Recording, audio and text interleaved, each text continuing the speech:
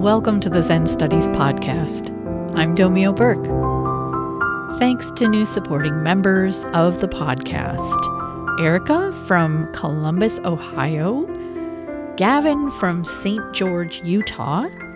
Peregrine from Minneapolis, Minnesota. Nicholas from Vaudreuil-Dorion in Quebec, Canada. And Alex from Huntsville, Alabama.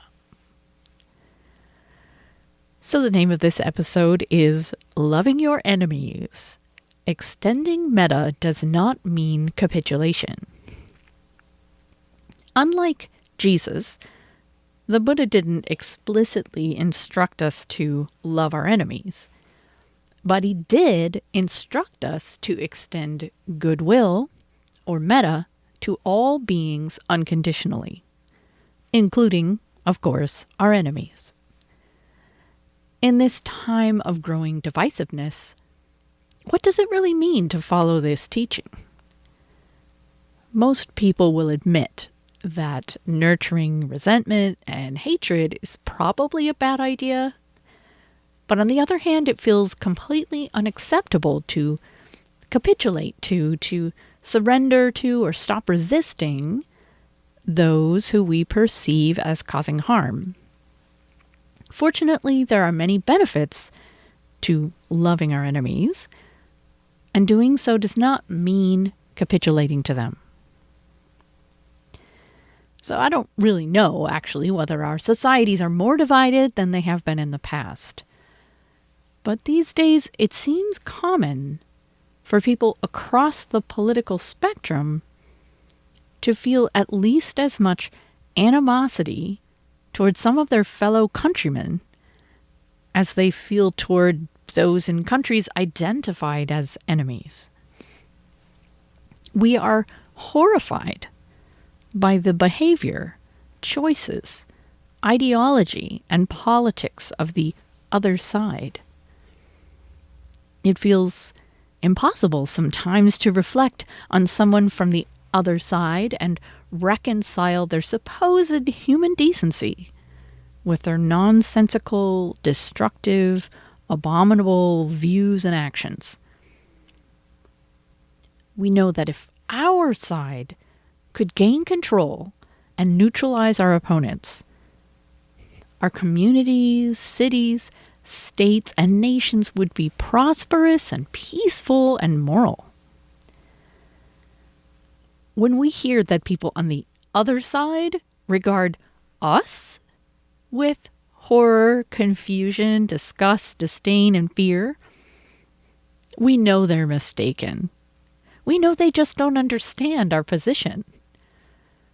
Our horror, disgust, and fear, on the other hand, are entirely justified. So you may or may not think of yourself as having enemies. That may seem like too strong or warlike a term. But for the purposes of social discourse and spiritual practice, we all have enemies. They are the other person, the other group, or the amorphous other side, who, at least from our point of view, harms us or those we care about, threatens what we value, misunderstands, and disrespects us. I won't spend time here going into the negative consequences of this kind of social and political divisiveness. Suffice to say that it may end up causing the downfall of the United States, other democracies, and perhaps the Earth's natural life support systems. If the Buddha were alive today, he would scold everyone who nurtures ill will toward their neighbor or toward anyone. Okay, he probably wouldn't scold us. That's not something he did. But he would caution us to overcome our ill will no matter who was the subject of it. In the Dhammapada, the Buddha explains, all experience is preceded by mind, led by mind, made by mind. Speak or act with a corrupted mind, and suffering follows as the wagon wheel follows the hoof of the ox. All experience is preceded by mind, led by mind, made by mind. Speak or act with a peaceful mind, and happiness follows like a never-departing shadow. He abused me, attacked me, defeated me, robbed me. For those carrying on like this, hatred does not end. She abused me, attacked me, defeated me, robbed me. For those not carrying on like this, hatred ends. Hatred never ends through hatred. By non-hate alone does it end.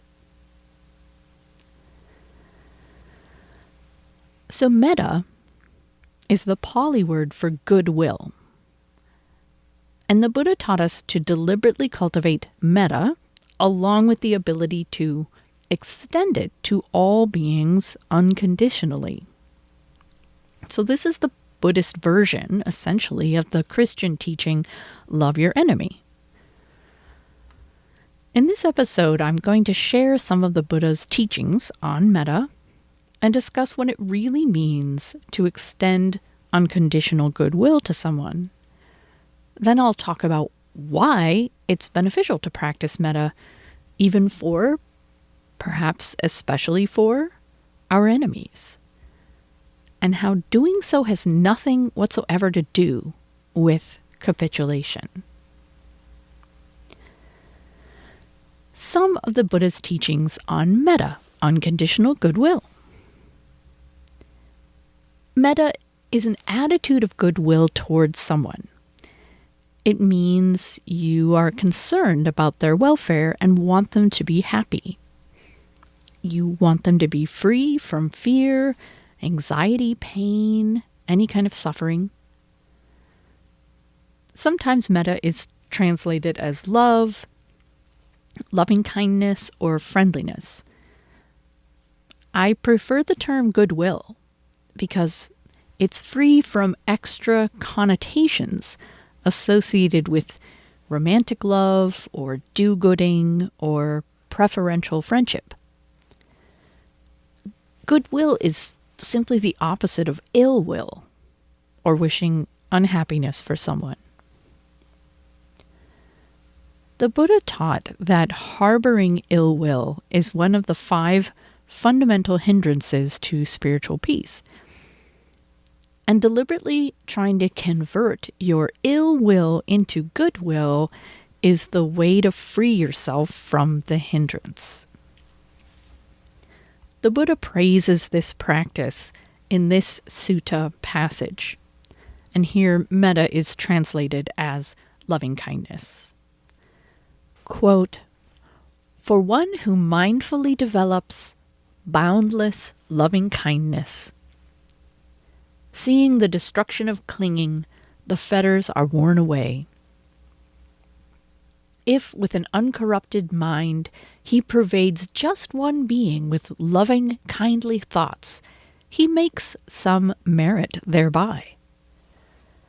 But a noble one produces an abundance of merit by having a compassionate mind towards all living beings. Those royal seers who conquered the earth crowded with beings went about performing sacrifices. But these do not share even a 16th part of a well-cultivated mind of love, just as the entire starry host is dimmed by the moon's radiance." End quote. In the famous Karanya Metta Sutta, the Buddha describes the attitude of metta, and these are just a few lines excerpted from the larger text. "This is what should be done by one who is skilled in goodness and who knows the path of peace, wishing in gladness and in safety, may all beings be at ease. Let none deceive another or despise any being in any state. Even as a mother protects with her life, her child, her only child, so with a boundless heart should one cherish all living beings, radiating kindness over the entire world, spreading upwards to the skies and downwards to the depths, outwards and unbounded, freed from hatred and ill will. So the formal practice of cultivating metta is a kind of meditation, and I discuss it in detail in episode 66, part of my 4 Brahma Viharas series.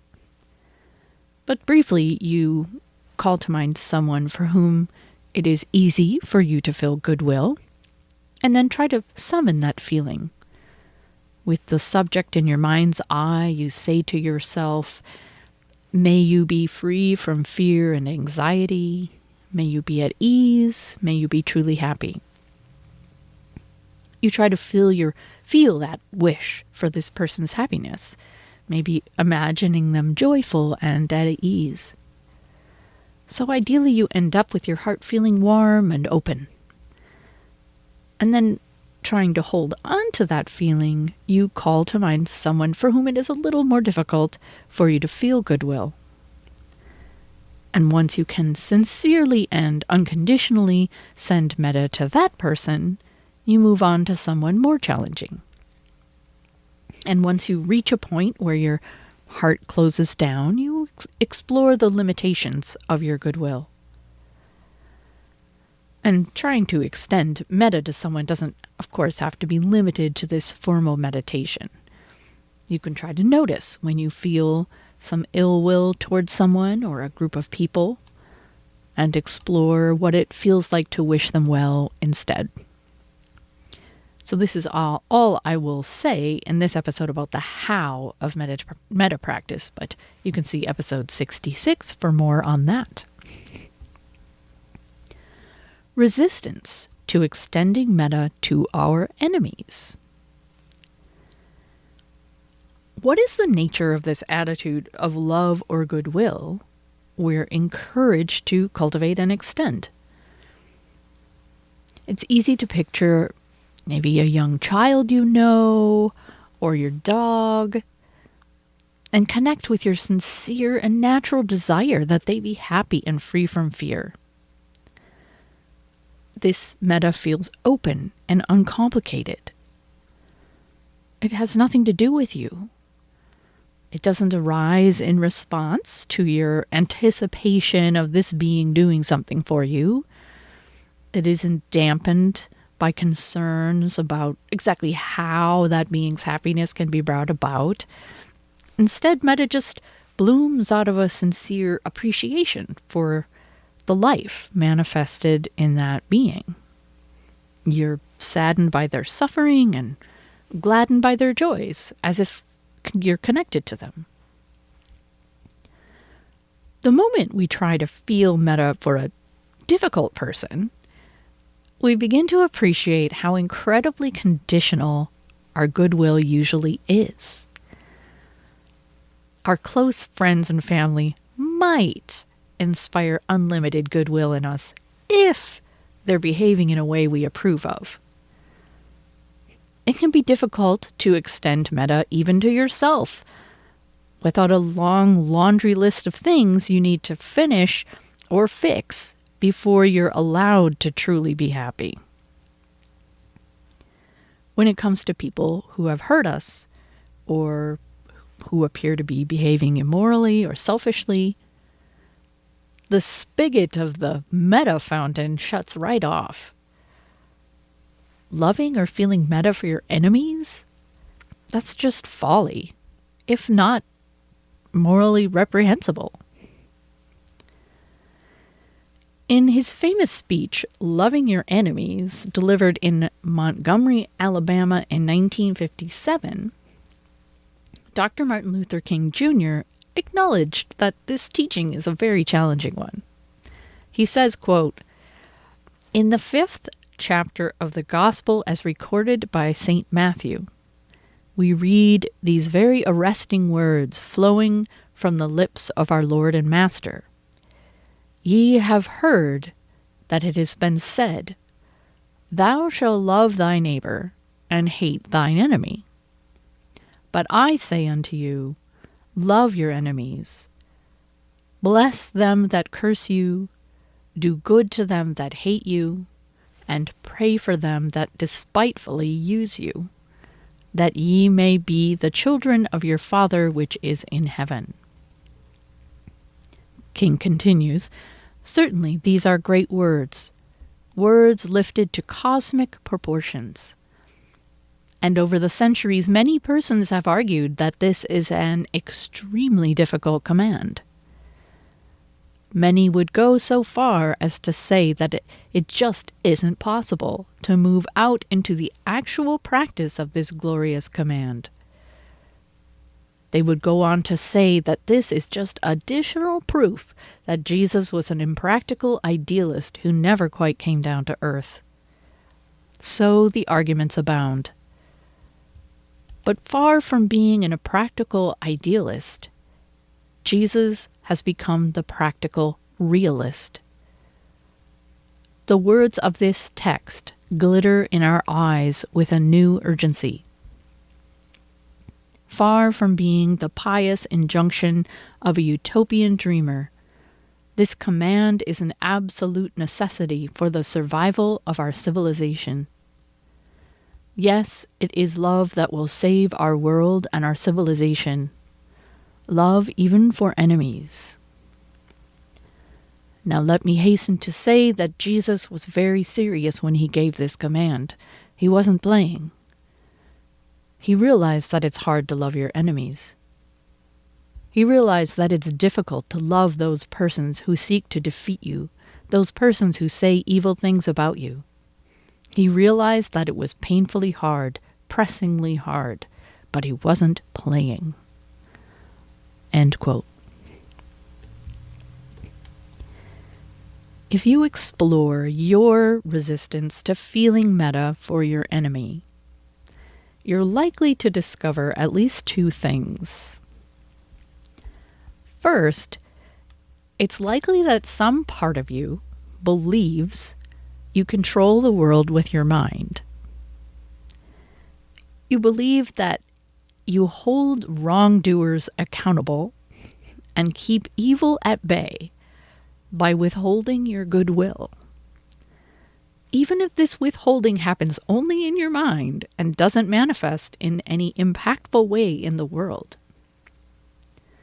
If you let go of the ill will you're holding on to because of a past egregious violation against you, somehow the universe will shift and the burden of punishment on the perpetrator will lessen. He'll stand up a little straighter and start thinking that what he did wasn't so bad after all. If you let go of the disapproval and moral outrage you carry around about people who are actively destroying things you care about, if, heaven forbid, you send them some metta, they'll suddenly celebrate their freedom of movement and wreak even more havoc on the world. Maybe they'll be able to capture the essence of the metta and use it to become stronger. So these may all sound like silly beliefs, but our instinct for self-preservation runs deep, and our subconscious convictions are often irrational. Second, you may recognize that you equate extending metta to your enemy as synonymous with capitulation, which means surrender or giving up resistance. For example, how can you extend metta to someone who, say, assaulted you without deciding at some level what they did was excusable? You might have a healthy internal boundary around this traumatic event that says definitely not okay. Maybe you've even worked for many years to create that boundary. Should you take it down now? You might be able to talk yourself into metta for someone who has hurt you in the past, But what about someone who continues to cause harm in the present? Someone who threatens what's most precious to you, or maybe attacks you verbally or seeks to ruin your reputation. Many of us who consider ourselves spiritual are at first willing to give lip service to the value of loving our enemies, but when it really comes down to it, it feels distasteful and unnatural. Some part of us, formed by natural selection over the millennia, is driven to call out and disapprove of wrongdoers and exclude them from the warmth and safety of the group. Wishing for their happiness? Isn't that wishing for them to escape punishment? Or continue to profit from their harmful actions? Or escape the pangs of conscience? Doesn't giving the gift of Metta indiscriminately mean we stop distinguishing between friends and foes, opening our hearts to abusers and thieves and murderers? Does dropping our ill will toward our enemies require us to stop opposing what they're doing? The profound benefits of extending Metta even to our enemies. It turns out that loving your enemies in the way Christ taught, or extending Metta to them in the way Buddha taught, does not involve capitulation to them.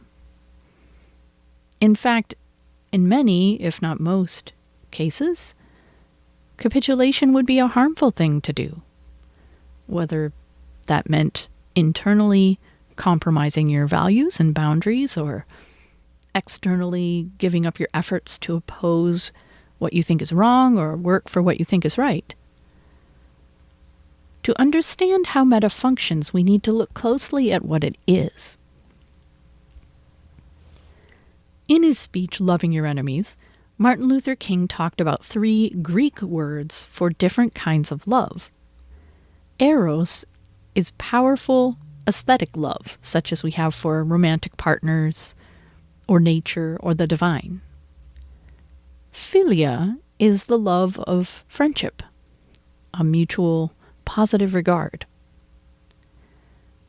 King then describes agape, which he believes is the kind of love we're asked to feel for our enemies. Quote, "Agape is more than eros. Agape is more than philia. Agape is something of the understanding, creative, redemptive goodwill for all men. It is a love that seeks nothing in return. It is an overflowing love. It's what theologians would call the love of God working in the lives of men. And when you rise to love on this level, you begin to love men, not because they're likable, but because God loves them. You look at every man and you love him because you know God loves him. And he might be the worst person you've ever seen." End quote. I think the agape, as King describes it, is very close to, perhaps synonymous with Metta. Of course, as Buddhists, we generally don't think of it in terms of God.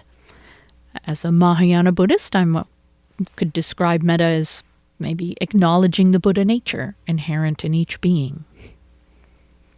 We don't have to be able to see someone as a Buddha. Like King says, if you are looking at the worst person you've ever seen, you love him because you know God loves him. In other words, you're very unlikely to feel philia toward the person, or friendly, positive regard. But that's not necessary. Instead, you simply adjust your heart to acknowledge that this being is not excluded from God's creation, if you're theistic, or from the Dharmakaya, the Dharma body of reality, if you're a Mahayana Buddhist. The benefit of extending Metta to your enemies might be better thought of as freeing yourself from the painful, corrosive, distorting, exhausting, disturbing, and constraining effects of ill will.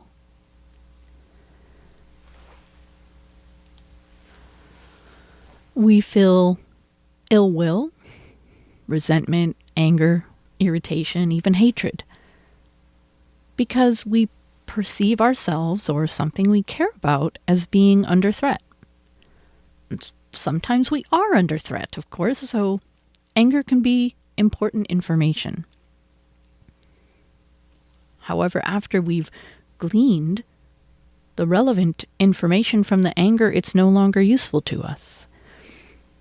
It compromises our clarity of mind, increases our stress hormones, exhausts us and takes a toll on our health, causes us to act in unhelpful ways. Nevertheless, we hold on to our ill will and nurture it. Because, as I discussed earlier, we believe that it punishes or restrains our enemy, or because we're determined to remain in a state of paranoid readiness for the next assault. When we're able to release our grip on ill will, we recognize the negative effects of holding on to it. To me, it feels like an unclenching of something inside. After all, along the independent dimension of reality, there is no separation between me and all being. There is no me. Goodwill and compassion aren't virtues enacted by good people on behalf of other people. Ultimately, they're a way to describe the activity of this one body. Like our hand reaches for the pillow in the night, goodwill and compassion flow between what appears to be separate beings.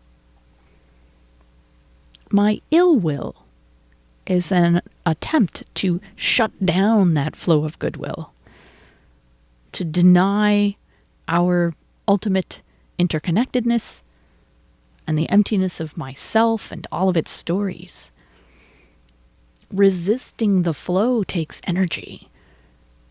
Resistance causes tension, which perpetuates the anger and resentment and fear, sadness, or even hatred. Of course, all of this is just a philosophical explanation of what we can directly experience for ourselves. You may have a different way of describing it. The truth discovered by the Buddha, Christ, and many other wise beings is that ill will is a burden we carry that hurts us and not our enemy. One Buddhist text encourages us to practice metta by thinking about the drawbacks of anger and comparing holding on to our anger to picking up a red-hot coal that our enemy has just thrown at us. When I find a way to release my resentment, and not through force of will by lecturing myself on how I should feel, but through an honest internal investigation and patient practice, when I find a way to release my resentment, I feel free. The past and present actions of the person I have previously held a grudge against no longer feel so personally relevant to me. I'm better able to see how they are acting out their own delusions and suffering. I can see what, in the past, I should take responsibility for, and what was totally beyond my control. In terms of relating to the person, if that's still necessary, I feel much more firmly grounded in my own being. Clearer, stronger, ready to resist without hatred or anger, but also ready to be flexible. if things change. Loving our enemies does not mean capitulation. Far from being dependent on our ill will, our ability to perceive things clearly and respond appropriately increases when we're able to release it. Releasing ill will and becoming able to extend metta feels like emerging from a tiny, cramped place. Like we're able to stand up and stretch and look around and decide where to go next. Loving our enemies not only relieves our own suffering, it vastly increases the possibility that we will find a positive way forward in this world, which, like it or not, includes our enemies. To encourage yourself to extend metta to your enemies, remind yourself over and over again, loving my enemies does not mean capitulation. Loving my enemies does not mean capitulation. This may help put your mind and heart at ease and allow you to accept the practice more readily. I mean, the intention of metta practice isn't to make you a doormat or blind you to people's moral failings. It's to free you from the handicaps of self-concern and ill will, leaving you better able to respond with strength and wisdom. And it may help when you wish for your enemies to be happy, that you phrase it for yourself, that you wish for them to be truly happy. This points beyond a shallow wish for your enemy to feel pleasure and escape any kind of discomfort, even though they are perhaps doing harmful things, and points toward what would be a lasting spiritual happiness, right? One that might require facing the consequences of their actions or doing some hard work. If you've been truly and deeply injured by someone, attempting to drop your ill will toward them may be a challenge to whatever emotional strength and stability you've managed to build. It may be helpful, in this case, to think of extending metta to them as taking back your power. By dropping your ill will, you refuse to let them continue to torment you. If you are still threatened by the person, naturally, you should seek to stop their harmful activities or get away from them. But you no longer need to carry around anger, sadness, regret, longing, or whatever other negative emotions are wrapped up in your ill will. This is disentangling your karma from theirs. What if by some chance our enemy finds out that we feel goodwill toward them? I think many of us fear that this will embolden them or cause them to feel superior to us. But it's important to remember that metta is not philia or friendly affection. We aren't seeking to become buddies with our enemy or to embrace their views and actions as acceptable. When we're able to sincerely feel metta for someone while standing firmly on our own ground, our enemy may be unnerved. They're not going to be able to upset us the way they're used to doing. And if our enemy claims our metta as if it were an endorsement, he will only embarrass himself. It may also help to remember that metta practice is not transactional. It's tempting to think of metta as a gift I'm giving to my enemy, slightly increasing their stature in the world while somehow decreasing my own. But amazingly, metta just increases with metta and it decreases nothing. So it's like this story that I grew up with called The Warm Fuzzy Tale by Claude Steiner. In it, people are given a bag of warm fuzzies when they're born. And a warm fuzzy makes you feel all warm and fuzzy inside. So people ask each other for warm fuzzies all the time, and they are freely given, and nobody ever runs out. But then a sinister character convinces people to hand out cold pricklies instead of warm fuzzies because their warm fuzzies might run out. So predictably, warm fuzzies start to be hoarded, and everyone is afflicted with a sense of scarcity. And only the children keep giving warm fuzzies freely. Similarly, extending metta only increases the amount of positive energy in the world.